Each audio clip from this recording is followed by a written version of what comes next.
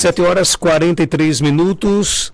Mais de 1.500 educadores participarão da formação de professores que atuam na educação de jovens e adultos nas 16 diretorias regionais de educação da Secretaria de Educação do Estado.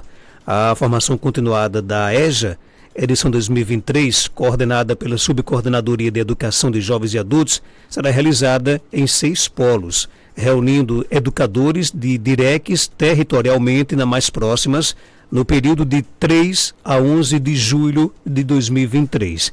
Caicó vai sediar o 4º polo formativo, reunindo 254 educadores de EJA que atuam em 32 municípios das circunscrições da 7ª DIREC, Santa Cruz, 9ª DIREC, Currais Novos e a 10ª DIREC, Caicó. E já tem data marcada, dias 6 e 7 de julho deste ano. Vou conversar agora com a Suenira Nóbrega, diretora da 10ª DIREC, e a Fabíola Dantas, assessora pedagógica, para falar mais um pouco da importância dessa formação de professores que atuam na educação de jovens e adultos. Bom dia, Suenira, seja bem-vinda aqui ao nosso Panorama 95. Bom dia, Marcos Dantas, bom dia a todos os ouvintes do programa, bom dia, Fabíola, que está aqui conosco, e a todos os ouvintes e profissionais de educação que estão aí atentos às notícias mediante o programa. Para a gente é um momento de muita alegria e de muita responsabilidade. A gente tenta, Marcos Dantas, incentivados pela nossa governadora do estado, professora Fátima Bezerra, pela nossa secretaria estadual de educação, professora Socorro Batista, e pela SUEJA, na pessoa da professora Liz, e trazendo aqui para a 10ª DIREC a professora Fabíola, trazer formação e trazer um incentivo para a educação de jovens e adultos. A gente sabe que a educação de jovens e adultos é um momento, é uma oportunidade que as pessoas que não puderam estudar por diversos motivos em sua idade escolar terão uma chance de retornar às escolas, de retornar para a realização dos seus sonhos, quiçá dar uma continuidade através de uma faculdade, através de um mestrado e assim por diante. Então, para que a gente possa, de fato, ter a sensibilidade de lidar, de estar atuando nos espaços educativos com a educação de jovens e adultos, com certeza a gente precisa de formação. E aí, pensar numa formação para a educação de jovens e adultos para professores, para os profissionais de educação, é pensar de forma sensível. Daí essa parceria entre o governo do estado, entre a Universidade Estadual do Rio de Janeiro, na pessoa do nosso mobilizador Walter Kuan, com a UERN, na pessoa da professora Reilta, tem Sirlene e Teixeira na direção, mas a professora Reilta, ela fez o seu doutorado na Universidade do Estado do Rio Grande do Norte, em parceria com o COAN, e vem nos trazendo essa abertura para alfabetizar filosofando, Então, é um momento de muita responsabilidade e de muita alegria. E mais um motivo para nos alegrar. Caicó, 10ª DIREC, sediar as outras DIRECs, receber profissionais de educação da 7ª DIREC, que é localizada em Santa Cruz, e da 9ª DIREC, que é localizada em Currais Novos. Então, a gente já aproveita o momento para agradecer a todos os envolvidos, a 10ª DIREC, a equipe da 10ª DIREC, nas pessoas das coordenadoras Sueni, Joalce, toda essa equipe que está ali, dos assessores. Agradecer aos professores em seu cotidiano. Façam a inscrição, que eu acho que quem não fez ainda, a gente tenta acolher, Fabíola? Quem tem interesse pós-entrevista, a gente vai tentar acolher. E pensar que é uma contribuição que a gente traz para a educação, nosso cotidiano. E aí, reverenciando aqui um professor da EJA, traga a experiência da professora Edi Calbi, que com certeza hoje, junto com os outros professores, lá no Senado Guerra, vai apresentar muitas outras situações de aprendizagem dos estudantes. Então, o momento formativo é para que a gente possa refletir sobre as ações e, nessa reflexão sobre as ações, pensar no processo de ensino e aprendizagem dos estudantes da educação de jovens e adultos.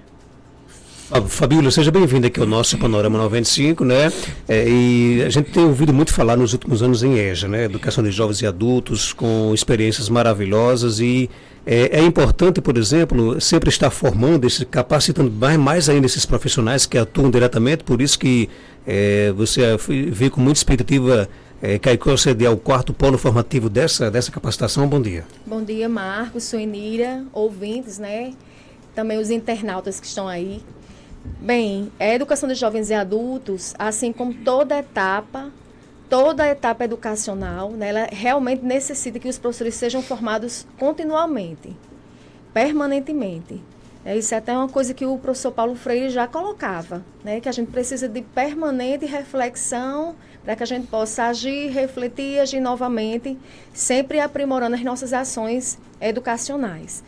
Então, a universidade hoje, ela já começa a ver no seu currículo, né, na sua grade curricular, a questão da educação de jovens e adultos. Mas no tempo que eu fiz, por exemplo, pedagogia, a gente desconhecia. Né? A gente aprendia fazendo, quando chegava numa escola, que era a vaga que tinha para assumir, e então a gente assumia. E isso era um fator muito complicador, né? Porque a educação de jovens e adultos exige de nós, educadores, uma postura diferente. Ou seja, eu não posso alfabetizar uma criança ou um adulto do jeito que eu alfabetizo uma criança. Existem peculiaridades. O adulto ele traz uma gama de experiências que devem ser consideradas na sala de aula. Né? Então, não é uma folha em branco. Se uma criança já não é, imagina um adulto. Então, a gente precisa realmente investir nessa formação continuada dos educadores. E esse ano, Marcos, a gente tem uma expectativa muito boa, né, porque daqui a um mês, depois que passar esse evento de formação continuada para os educadores, nós vamos ter outro evento, inclusive Caicó sediando novamente. A gente pode voltar outra vez, né, Suenida, para falar sobre isso. Mas estamos num momento importante, que é da construção das diretrizes da educação de jovens e adultos. É um movimento que já começa desde 2019 a acontecer, e com o período da pandemia a gente teve que parar, né? Deixou esse momento mais postergado, porque realmente precisava de uma escuta apurada, sensível desses educadores, para a gente pensar nesse movimento curricular. Então, assim, a formação continuada, ela vem nessa perspectiva, né? Como bem Suenira já falou, com o professor Walter Coan, da UERJ, e sua equipe, num primeiro eixo, falando sobre a alfabetização filosófica. Então, nós precisamos realmente conversar com esses professores, como é que a gente deve sensibilizar esse movimento de educação, de alfabetização, para que a gente possa ouvir mais esse estudante da EJA, né? Quais são suas perspectivas, seus sonhos, seus desejos, e não aquele que a gente acha que eles têm, mas realmente que eles digam quais são. E a partir daí, sim, articular esse currículo de maneira que eles possam ter contemplados essas suas metas. E no segundo eixo, que é no segundo dia, nós vamos trabalhar direitos humanos, tecendo o currículo na EJA. Na verdade, a educação de jovens e adultos ela foi muito prejudicada no tempo de pandemia. Né? A gente tentou com o EJA em Ação, que é um programa que a gente tem bastante saudade de fazer, né? Com a parceria com a Rural. Quem sabe a gente não pode reavivar, né, em algum momento, mas que foi a gente viu que foi uma maneira, né, de deixar o estudante ainda conectado à escola, mesmo com a questão da pandemia, e que a gente precisa realmente ter esse olhar, considerar, né, quem são os estudantes da EJA, qual o perfil que esse estudante tem, e oportunizar. O governo da professora Fátima, ele tem visto muito nessa questão dos que estão mais vulneráveis, as questões sociais. Então, a gente precisa realmente tentar resgatar essas perdas educacionais que eles tiveram no tempo de pandemia, né, nas recomposições de aprendizagem, e esse momento de formação é um momento de escuta dos educadores para que a gente possa pensar, né, também nessa questão da recomposição das aprendizagens desses estudantes. Quando você fala que é necessário ouvir mais o aluno do EJA, né? Ele tem um perfil diferenciado. Qual é o perfil, por exemplo, do aluno do EJA? Isso exige mais do professor, uma sensibilidade, por exemplo, em saber ouvir as demandas daquele aluno? Sim, Marcos, porque, veja, né, hoje a nossa lei, a própria LDB, ela traz uma obrigatoriedade dos estudos até os 18 anos incompletos. Depois disso, nenhum sujeito tem mais a obrigação de estar na escola. E a maioria dos estudantes da EJA são pessoas já jovens e adultas, né, que não tem mais uma obrigação diante do Poder Judiciário de estar na escola. Então, é uma sensibilização, né? Muitos estão desacreditados de si mesmos, com a autoestima muito baixa, achando que não aprendem mais, que não tem mais para que estar estudando, quando, na verdade, essas pessoas ainda têm muito potencial, né, a serem desenvolvidos, e de estar no mercado de trabalho ativamente, em sonhar com o curso universitário, que alguns têm esse sonho, e por que não a escola ser esse caminho para que eles alcancem, né? Até de uma perspectiva melhor de trabalho, enfim. Então, a gente sabe que o estudante da educação de jovens e adultos, em sua maior parte, são trabalhadores, né? Pessoas que não têm mais aquela faixa de estar dentro da escola. Não vou dizer a idade certa porque não existe a idade certa de se alfabetizar nem de estudar. Todo tempo é tempo, né? E hoje a Confitea, ela já mostra um caminho da educação ao longo da vida. Então, todos nós que estudamos, eu já tenho 44 anos, continuo estudando, né? Então, é educação ao longo da vida. É uma coisa um caminho que a gente não termina nunca. Você está sempre aprendendo e buscando outros objetivos. Então, o estudante da EJA é o trabalhador, né, a mãe de família, aquela que muitas vezes tem que levar o filho para a escola para poder ter a oportunidade de estar lá. Inclusive, eu estive na gestão do Rosa de Lima. Quero mandar um abraço aí para a comunidade do Paulo VI. E lá a gente desenvolveu um projeto, inclusive a escola já tinha esse projeto, a gente fortaleceu, onde mães levavam as crianças para lá para poder estudar. Então, ou a escola se abre a essa possibilidade de acolher essas mulheres para que elas possam ter essa oportunidade, ou elas vão ficar em suas casas, né? Sem concluir o ensino médio, sem depois ter uma oportunidade. Olá, Joelma, bom dia. É uma oportunidade de realmente estar entrando no mercado de trabalho. Suenira, e o professor do EJA, ele tem essa sensibilidade, porque pelo panorama que a Fabíola nos apresenta, né? Claro que em sua grande maioria talvez não se enquadra isso, mas muitos dos alunos do EJA é aquele aluno que trabalha o dia todo, chega às vezes na escola cansado, não pode se exigir muito daquele aluno. O professor também tem que ter essa sensibilidade e às vezes, por exemplo, numa formação como essa também se passa essa questão? Se passa sim, a gente não tem como afirmar se todos têm, mas a gente diz que o perfil do professor da EJA é diferenciado. Ele precisa ter essa sensibilidade, a mais da escuta, ouvir. E outra coisa super importante, Marcos Dantas, esse nosso estudante ele tem um potencial imenso. Ele pode não estar dentro da escola naquele período que a gente considera de faixa etária, mas ele tem um conhecimento imenso. Então, ele chega na escola e é um desafio para o professor conseguir ter um momento de escolha e fazer coadunar tudo isso com o conhecimento que esse estudante tem e com o currículo existente, né? O que é prioridade para discutir com o estudante nesse momento. Por isso que a formação ela tem o título Diversidade e Direitos Humanos na construção de um currículo inclusive para a EJA. E quando a gente fala inclusão, a gente fala inclusão de todos, não é aquela inclusão voltada só para aquela pessoa que tem deficiência, mas a inclusão de todos. Todos os que estão ali precisam ter acesso e oportunidade e precisam ter o sucesso escolar.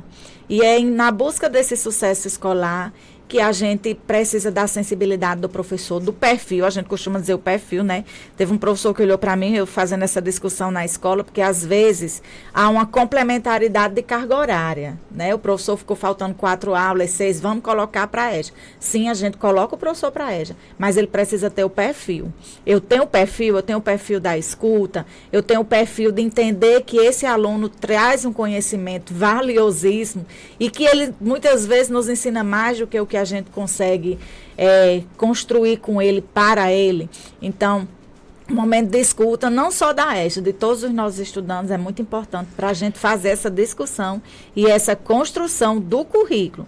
Tanto a gente está especificamente aqui falando do currículo da educação de jovens e adultos, mas do currículo do fundamental, do currículo do médio, do ensino médio potiguar e assim por diante. Estou vendo aqui na programação que teremos, inclusive, a mostra Saberes e Vivências da Diversidade. É uma troca de experiência do que deu certo, do que dá certo, por exemplo. Até no ambiente externo, existem atividades externas na educação de jovens e adultos? Existe. E aí o que eles trazem de construção. A gente sabe também, Marcos Dantas, que a educação de jovens e adultos, e aí eu faço esse alerta aqui, que nós estamos nessa formação e é importante que o professor da educação prisional participe, que o professor lá do CASEP façam sua inscrição também. Porque às vezes fala educação de jovens e adultos, eles se remetem só à instituição educativa, mas esquece dos espaços não escolares. Então, convidando também já esse professor. Então, a gente tem experiências e a própria... Se você conseguir, Marcos Dantas, visitar a feira que está acontecendo hoje no Senador Guerra, que você vai discutir daqui a pouco, você vai ver a diversidade de construções que os estudantes têm. E em 2019, eu participei desse momento lá, trazendo as experiências da professora Lucinete Costa. Já temos, inclusive, imagens ao vivo lá do Senador Guerra, aí, na sua telinha aí. E eu me emocionei com o trabalho que Lucinete fez com os meninos lá do Senador Guerra. Só trazendo aqui o nome de Lucinete, porque também a gente não pode falar de educação de jovens e adultos, de currículo, do programa EJA em Ação, que Fabíola tão bem trouxe, sem falar de Lucinete Costa.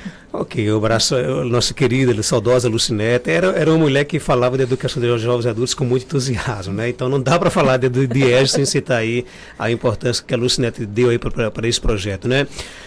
Fabíola, algo mais a acrescentar? De repente alguma pergunta que eu não fiz, você pode ficar à vontade.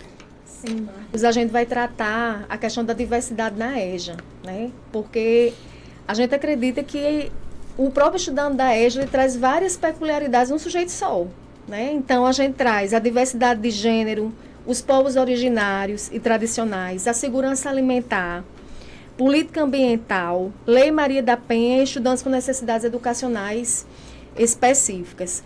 Você imagine só, um estudante da EJA, né, uma pessoa já adulta, que está no campo, que tem uma deficiência e também é uma mulher, né, vive essa questão da insegurança alimentar. Então, num sujeito só, toda essa diversidade.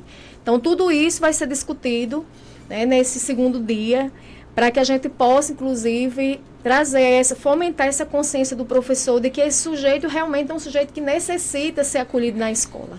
Né? Como a senhorita bem colocou, todos os estudantes necessitam ser, mas o da EJA, esse sim é que tem maior necessidade ainda. E que a escola chegue, compreenda suas necessidades, suas dificuldades e acolha. Né? Nós temos alguns estudantes, por exemplo, aconteceu agora na festa de Santana. Né? Muitos são ambulantes, ou então encontram um emprego de garçom. Então, vai passar aquele mês, aquele período sem frequentar a escola. Né? Porque necessita trabalhar nesse período. Então, que a escola tenha essa sensibilidade, ver de que maneira pode organizar a vida desse estudante nesse período onde ele está precisando trabalhar. Então, são essas questões que a gente precisa fomentar mais ainda essa discussão para que eles sejam bem acolhidos e considerados em suas necessidades. Né? Ok, então, Suenira, algo mais a acrescentar? Pode ficar à vontade. Agradecer, Marcos Dantas, a todas as pessoas que aqui eu já citei, com seus respectivos órgãos, pedir sua colaboração, a colaboração aqui da rádio, viu, Joelma, para fazer a cobertura do evento. Hoje está chegando em Caicó a coordenadora da SUEJA, Liz Araújo, já vai ter um momento com a gente para fazer a discussão sobre como estão os trâmites para a formação, e agradecer ao FRN, que é a instituição que vai sediar o evento. Ok, então, obrigado, Suenira, obrigado, Fabíola, pela participação de vocês aqui no nosso